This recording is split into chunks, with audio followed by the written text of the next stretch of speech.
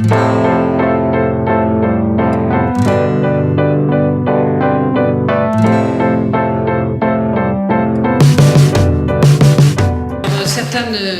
me connaissent, d'autres pas.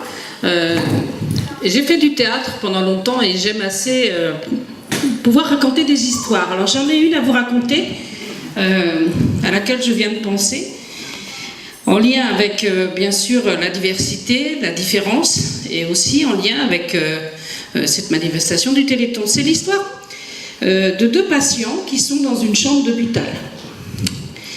Et l'un ne peut pas bouger du tout, il est près de la porte. Et il est alité, les jambes cassées, les bras cassés. Et puis il peut juste regarder le plafond. Et dans le lit d'à côté, il y a un monsieur qui est un peu dans le même état, et pas bien en forme non plus. Et puis il commence à discuter. Et quel temps il fait dehors? Et l'autre, qui est près de la fenêtre, lui dit « C'est merveilleux la journée aujourd'hui. Il y a un ciel, vous ne pouvez pas imaginer. Un ciel bleu. Bleu comment? Un bleu, vous pourrez... Mais un bleu d'une intensité. Si vous saviez comme il est bleu, un bleu. Comment vous voulez qu'il soit le bleu? Ah, je voudrais un bleu. Quand j'étais en vacances avec ma femme, je me souviens dans le sud de la France, il y avait un bleu. Et ben voilà, ça doit être un bleu comme ça que lui dit l'autre. Ah d'accord. Et le lendemain, l'autre monsieur, il a encore un peu plus mal. Et le monsieur à côté, il est toujours alité aussi, ils vont pas bien mieux. Il lui dit, c'est comment le temps aujourd'hui? C'est merveilleux, il y a un soleil. Dans les arbres, on voit des reflets dans les arbres. Vous êtes sûr? Ah oui, il y a des reflets. Si vous saviez, des couleurs, vous ne pouvez même pas imaginer. Des couleurs comment? Comment vous voudriez qu'elles soient, les couleurs?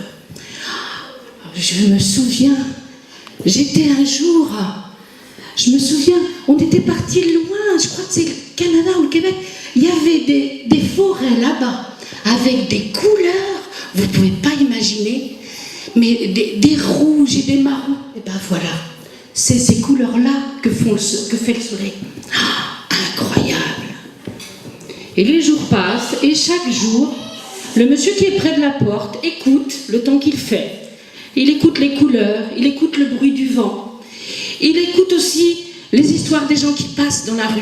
Il écoute aussi les histoires des familles qui discutent. Le monsieur lui raconte tout ce qui passe. Et petit à petit, avec le dialogue du monsieur à côté, eh bien, il va mieux. Et un jour, il doit partir. Et puis, au moment de partir, il se lève, le monsieur, et puis il dit, j'ai très très envie de le voir, ce paysage-là qu'il m'a raconté. Il se lève, il va à la fenêtre, et le monsieur est toujours là. Lui n'est pas encore guéri. Et il s'approche de la fenêtre et qu'est-ce qu'il voit? Un mur. Un mur. Il lui dit, mais où il est le ciel? Où c'est tout ce que vous m'avez raconté?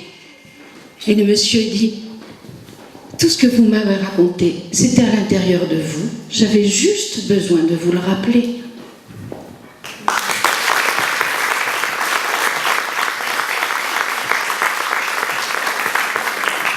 Alors, je voulais partager cette petite histoire avec vous parce que je l'aime beaucoup. Elle parle de la vision du monde que nous avons chacun à l'intérieur de nous. De cette vision qui est faite de toute notre histoire, de notre culture, de nos représentations aussi, des couleurs qu'on voit tous les jours, de notre histoire, des souvenirs, de nos enfants qui nous font aussi découvrir de nouvelles choses.